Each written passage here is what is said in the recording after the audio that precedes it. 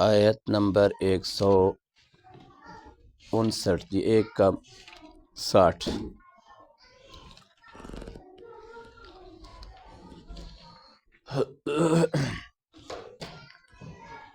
اعوذ باللہ من الشیطان الرجیم، بسم اللہ الرحمن الرحیم۔ وَمِن قَوْمِ مُوسَىٰ أُمَّةٌ يَهْدُونَ بِالْحَقِّ وَبِهِ يَعْدِلُونَ وَقَطَّعْنَاهُمُ 12 أَسْبَاطًا أُمَمًا وَأَوْحَيْنَا إِلَى مُوسَىٰ إِذِ اسْتَسْقَاهُ قَوْمُهُ أَنِ اضْرِب بِّعَصَاكَ الْحَجَرَ فانبجست منه 12 عينا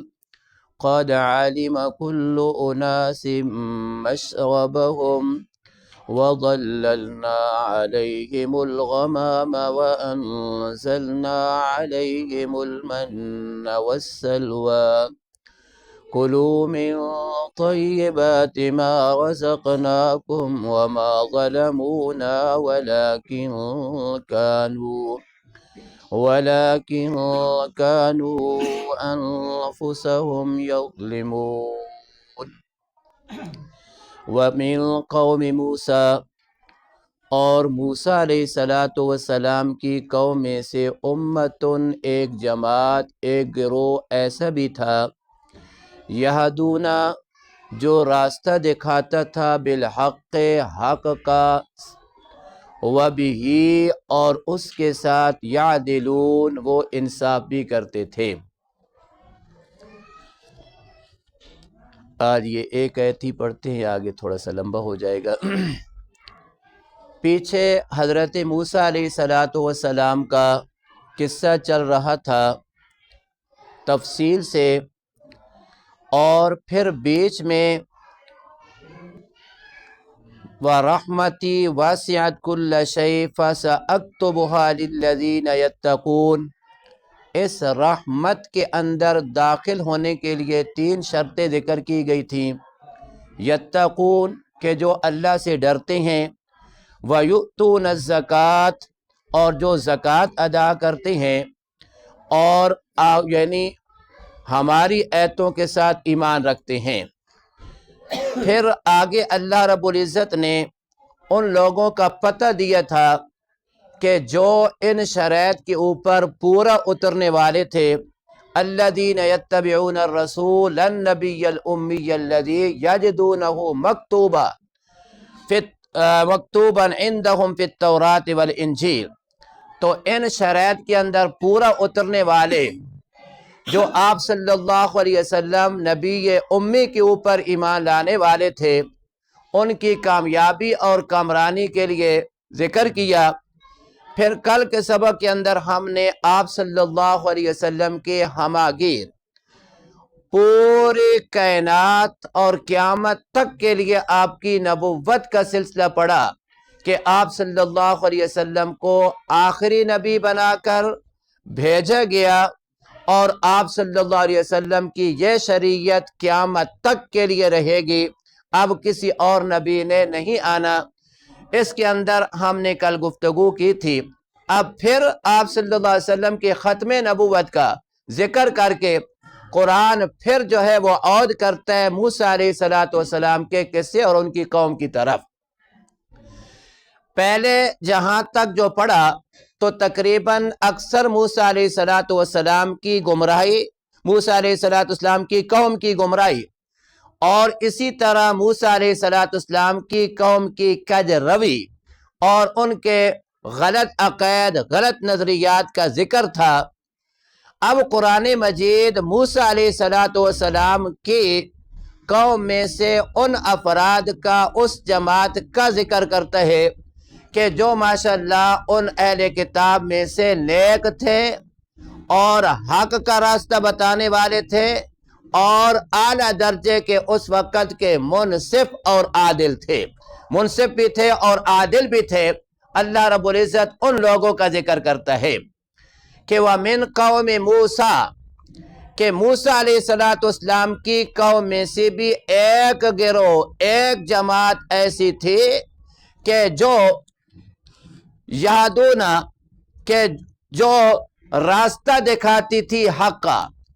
کا راستہ دکھاتی تھی، وہ بھی یعدلون، اور اس کے ساتھ خود بھی انصاف کرتی تھی۔ یہی ذکر اللہ رب العزت نے چوتھے پارے کے اندر بنی اسرائیل کا کیا، فرمایا کہ من اہل الکتاب امۃ قائمۃ یتلون آیات اللہ آناء اللیل وہم یسجدون، کہ اہل کتاب میں سے بھی ایک گروہ، ایک جماعت ایسی تھی قائمہ، جو حق کے اوپر قائم تھی، یتلون آیات اللہ آناء اللیل، کہ وہ جو ہے وہ یتلون آیات اللہ، کہ وہ اللہ کی آیتوں کی تلاوت کرتے تھے آناء اللیل، رات کے حصوں میں بھی، وہم یسجدون، اور اللہ کے سامنے سجدہ ریز ہو جاتے تھے۔ یہ حضرت موسیٰ علیہ السلام کی قوم کا ذکر ہے۔ 20ویں پارے کے اندر اللہ رب العزت نے اسی جماعت کا ذکر کرتے ہوئے کہ موسیٰ علیہ السلام کی امت میں سے کچھ لوگ جو ہے وہ نیک تھے، فرمایا الذین آتیناہم الکتاب من قبلہ ہم بہ یؤمنون، فرمایا کہ وہ لوگ کہ ہم نے ان کو کتاب عطا کی تھی من قبل ہی، اس امت سے پہلے، محمد پاک صلی اللہ علیہ وسلم کی امت سے پہلے، ہم بہ یؤمنون، وہ اس کتاب کے اوپر ایمان رکھتے تھے۔ آگے مزید فرمایا وَإِذَا يُتْلَى عَلَيْهِمْ قَالُوا آمَنَّا بِهِ أَنَّهُ الْحَقُّ مِنْ رَبِّنَا إِنَّا كُنَّا مِنْ قَبْلِهِ مُسْلِمِينَ۔ آگے پھر اللہ نے نتیجہ بتایا اولئک یؤتون اجرہم مرتین، پھر یہی اہل کتاب کا یہ گروہ، یہ وہ لوگ ہیں کہ ان کو اللہ ڈبل اجر دے گا، ڈبل اجر دے گا۔ ایک اپنے نبی اور اپنے نبی کے اوپر اترنے والی کتاب کے اوپر ایمان لانے کی وجہ سے، اور پھر جب محمد مصطفیٰ صلی اللہ علیہ وسلم مبعوث ہوئے تو آپ صلی اللہ علیہ وسلم کے اوپر بھی ایمان لائے، اور قرآن کو بھی اپنا اوڑھنا بچھونا بنایا، قرآن کے اوپر بھی عمل کیا۔ فرمایا اولئک یؤتون اجرہم، پھر ان کو ڈبل اجر دیا جائے گا۔ اب یہ کون سے لوگ ہیں؟ عبداللہ بن سلام رضی اللہ تعالی عنہ اور ان کے متعلقین، کعب بن اخبار رضی اللہ تعالی عنہم اور ان کے متعلقین، یعنی ان کے ساتھ جو ہے وہ آنے والے، یہ بنی اسرائیل کی وہ جماعت ہے جس کا ذکر اللہ رب العزت نے اس آیت کے اندر ذکر کیا۔ ابن جریر، ابن کثیر، یہ دونوں تفاسیریں معتبر تفاسیریں ہیں۔ ان کے اندر ایک عجیب و غریب حقیقت انہوں نے لائی ہے۔ دیگر مفسرین نے، بعض نے صرف اس عجیب و غریب عقائد کا ذکر کیا، رد نہیں کیا، لیکن بعض نے تھوڑا سا رد بھی کیا ہے، لیکن وہ رد کرنے والے تھوڑے ہیں۔ اس حقائد کو بیان کرنے والے اور اس کو جو ہے وہ عجیب و غریب حقائد کا عنوان دے کر ذکر کرنے والے مفسرین زیادہ ہیں، تو اس لیے میں ذکر کرنا چاہتا ہوں۔ ابن جریر اور ابن کثیر نے نقل کیا کہ چونکہ یہ 12 قبیلوں کے اندر، اگلی آیت یہ بتا رہی ہے کہ 12 قبیلوں کے اندر تقسیم تھے، ان کے 12 قبیلے تھے۔ چونکہ حضرت یعقوب علیہ السلام کے 12 بیٹے تھے، اور پھر اللہ کا کرنا ایسا ہوا کہ حضرت یوسف علیہ السلام اکیلے مصر کے اندر آئے تھے،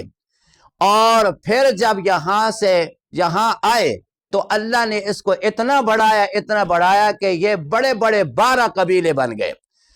اب جب یہاں سے نکلتے ہیں موسیٰ علیہ السلام کا فرعون تعاقب کرتا ہے، تو اس وقت لاکھوں کی تعداد میں یہاں یعنی مصر سے نکلتے ہیں، پھر آگے دریا کا واقعہ وہ الگ ہے۔ تو بہرحال یہ 12 قبیلے تھے، اور ان میں سے ایک قبیلہ ان کے گناہوں سے، قتل انبیاء سے اور حرام حلال کی تمیز نہ کرنے سے، ان سے تنگ آ کے انہوں نے الگ ہو کے ایک جماعت نے اللہ سے دعا کی کہ اللہ ہم ان کے گناہوں کی وجہ سے تنگ ہیں، قتل انبیاء کی وجہ سے تنگ ہیں، ان کے جرائم کی وجہ سے ہمیں بھی سزا ملتی ہے، اللہ ہم تنگ ہیں، ہمارے لیے کوئی ایسا سلسلہ کر کہ ہم ان سے کہیں دور جا کر آباد ہوں اور وہاں جا کر آپ کی یکسوئی کے ساتھ عبادت کریں۔ اللہ ہمارے لیے کوئی بندوبست کر کہ ہم ان 11 قبیلوں سے الگ ہو کر الگ کسی جگہ پہ چلے جائیں۔ اللہ رب العزت نے ان کی دعا کو شرف قبولیت عطا فرمائی۔ تقریباً 150 مسافت تک، 150 سال کی مسافت تک اللہ ان کو جو ہے یعنی مشرق بعیدہ کی طرف کسی زمین میں جا کر ان کو آباد کر دیا۔ 150 سال کی مسافت یعنی 11 قبیلوں اور اس ایک قبیلے کے درمیان اللہ نے 150 سال کی مسافت رکھی کہ یہ ایک قبیلہ اللہ نے مشرق بعیدہ کی طرف جا کر آباد کیا، یہ قبیلے مغرب کی طرف، یہ قبیلہ مشرق کی طرف، دونوں کے درمیان 150 سال کی مسافت ہے، ان کو اللہ نے وہاں آباد کر دیا۔ اب یہ آپ صلی اللہ علیہ وسلم کی بعثت سے پہلے ہے۔ اب اس وقت دین موسوی حق تھا، وہ اس کے مطابق عمل کرتے رہے، اس کے مطابق نماز جو عبادات جو احکام تھے وہ حق دین کے اوپر تھے۔ اب جب آپ صلی اللہ علیہ وسلم کی بعثت ہوتی ہے تو اللہ رب العزت جو ہے اس قوم کے لیے آپ صلی اللہ علیہ وسلم کے اوپر ایمان لانے کا بندوبست بھی غیبی کرتے ہیں۔ اور وہ غیبی بندوبست کیسا کیا کہ جب اللہ رب العزت نے اپنے محمد پاک صلی اللہ علیہ وسلم کو معراج کے لیے بلایا تو جبرائیل علیہ السلام آپ صلی اللہ علیہ وسلم کو اسی مشرق بعیدہ کی جگہ پہ جہاں یہ لوگ آباد تھے اسی طرف سے لے کر گئے، اور پھر اس قبیلے سے محمد پاک صلی اللہ علیہ وسلم کی ملاقات ہوئی۔ یہ سارا کا سارا قبیلہ محمد پاک کے اوپر ایمان لے آیا، یہ سارا مسلمان ہو گئے، آپ صلی اللہ علیہ وسلم کے اوپر ایمان لے آئے۔ پھر آپ صلی اللہ علیہ وسلم نے چند سوالات کیے۔ پہلا سوال یہ کیا کہ آپ کے ہاں کوئی ماپ تول کرنے والا میزان، کوئی ماپ تول کرنے والا آلہ ہے؟ تو انہوں نے کہا کہ حضور ہمیں آلے کی ضرورت نہیں ہے، ہمارے معاش کا سلسلہ ایسا ہے کہ ہم گندم کاشت کرتے ہیں، اب جب وہ پک جاتی ہے تو اس کو ایک جگہ پہ ڈھیر لگا دیتے ہیں، ڈھیر لگ جاتا ہے،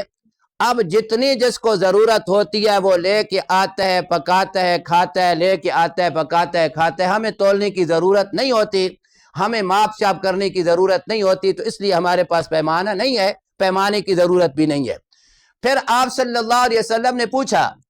کہ تمہارے اندر کوئی جھوٹ بولنے والا بھی ہے؟ تو کہا کہ نہیں، ہمارے اندر جھوٹ بولنے والا بھی نہیں ہے، کوئی جھوٹ بولنے والا نہیں ہے۔ وجہ بتائی کہ اگر ہم میں سے کوئی جھوٹ بولے تو اس کو آگ آتی ہے جلا کے راکھ کر دیتی ہے، تو اس لیے جو ہے وہ کوئی جھوٹ بولتے ہی نہیں ہے، جھوٹ بولنے والا بھی نہیں ہے۔ تو یہ سوالات آپ صلی اللہ علیہ وسلم نے، پہلا سوال میزان کا، پتہ چلا کہ ماپ تول جو ہے یہ ایک انسان کو ماپ تولنے کے لیے اور سلسلے کو اعتدال میں رکھنے کے لیے یہ ایک اہم چیز ہے۔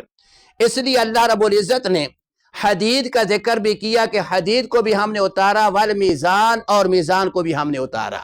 وَنَضَعُ الْمَوَازِينَ الْقِسْطَ بھی کہا کہ انصاف کا ترازو رکھا جائے گا۔ تو پتہ چلا کہ یہ ماپ تول کرنا جو ہے اس کے اندر انسان کے حرام اور حلال، ناجائز اور جائز، حق اور ناحق کا جو پیمانہ ہے اس کو سیدھا رکھنا ہے۔ اسی لیے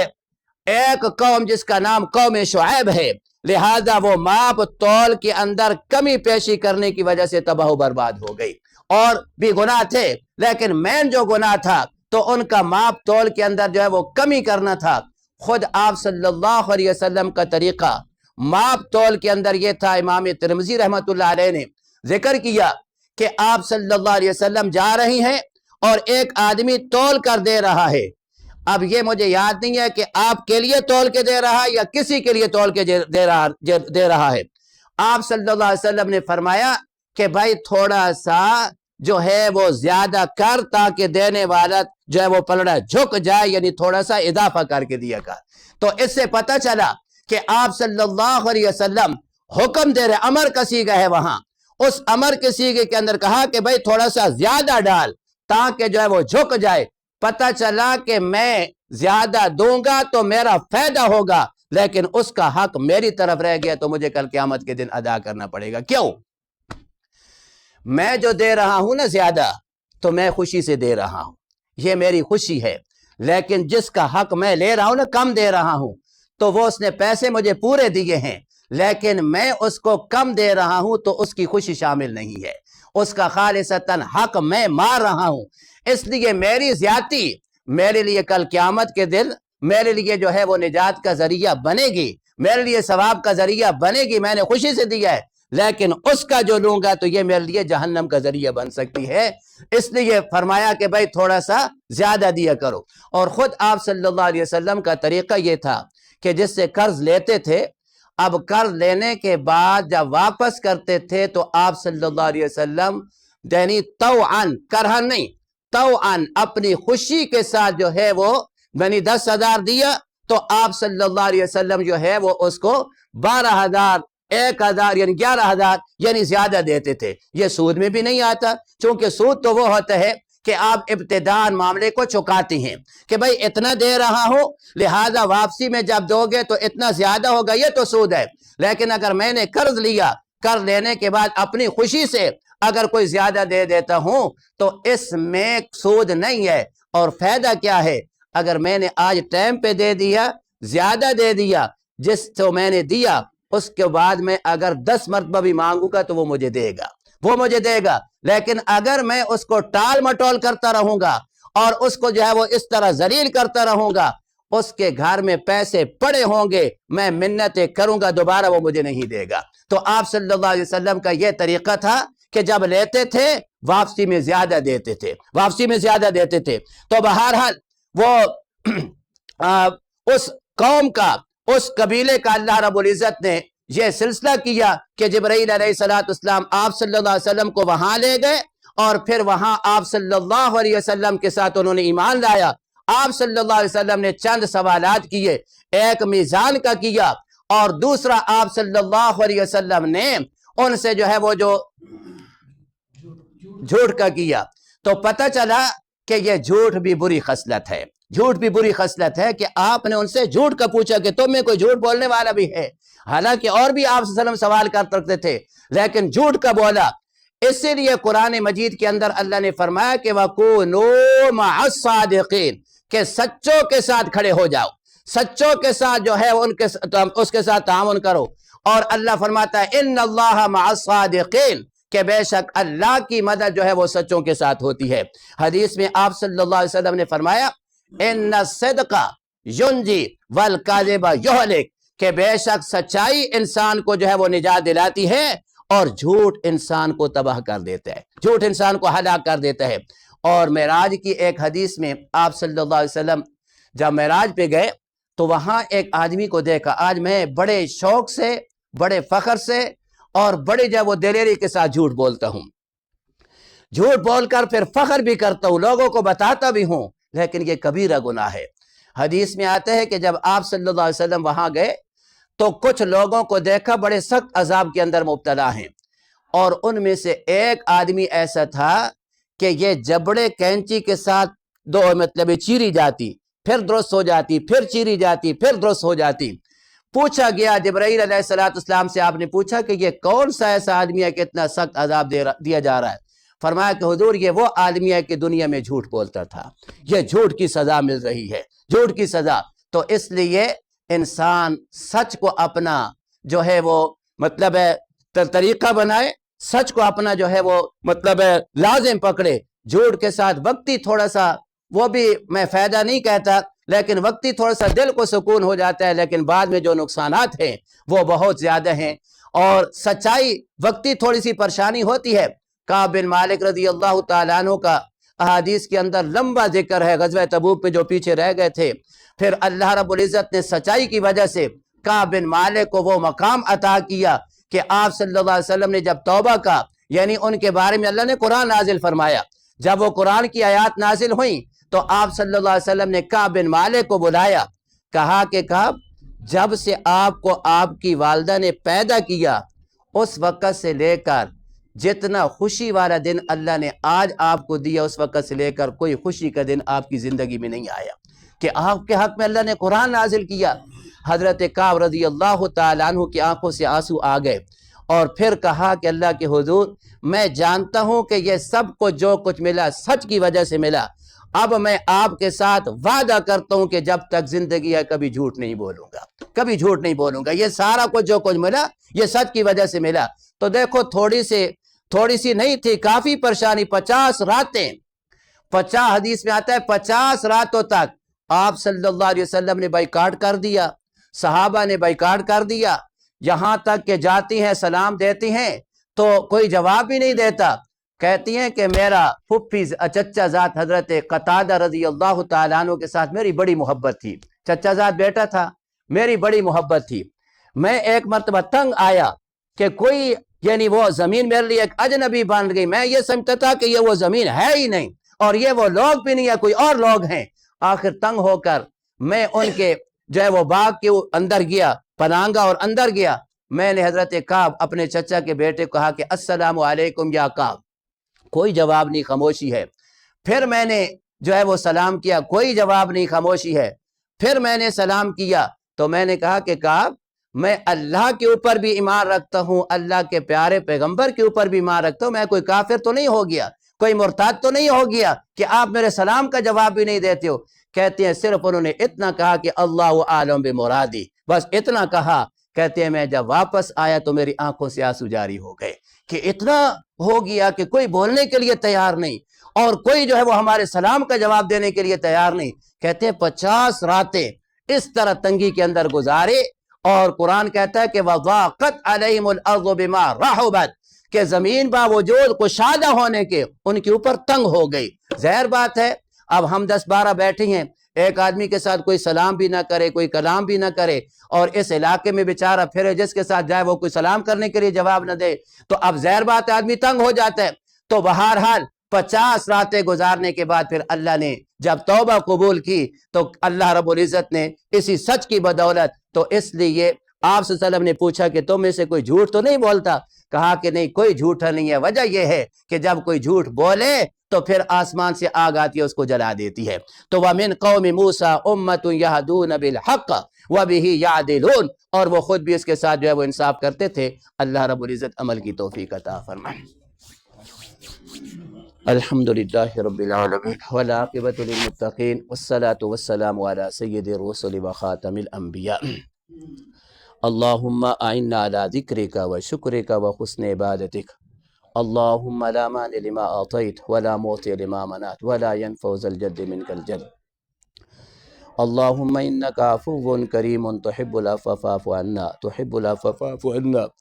سارے حضرات خیریت کی باران رحمت کے لیے خصوصی دعا کریں، اب بھی اور ماشاءاللہ کرتے ہوں گے، اور مزید کیا کریں کہ اللہ رب العزت یہ خشکسالی والا عذابی کہوں گا ہمارے بدعمالیوں کی وجہ سے، اللہ رب العزت اس سے ہمیں جو ہے وہ نجات عطا فرمائے اور خیریت کی بارش عطا فرمائے۔ اللہم اغثنا غیثا مغیثا مریا مریا عاجلا غیر عاجل نافعا غیر ضار، اللہم اغثنا غیثا مغیثا مریا مریا عاجلا غیر عاجل نافعا غیر ضار، وصلی اللہ تعالی علی خیر خلقہ محمد وعلی آلہ واصحابہ اجمعین برحمتک یا ارحم الراحمین۔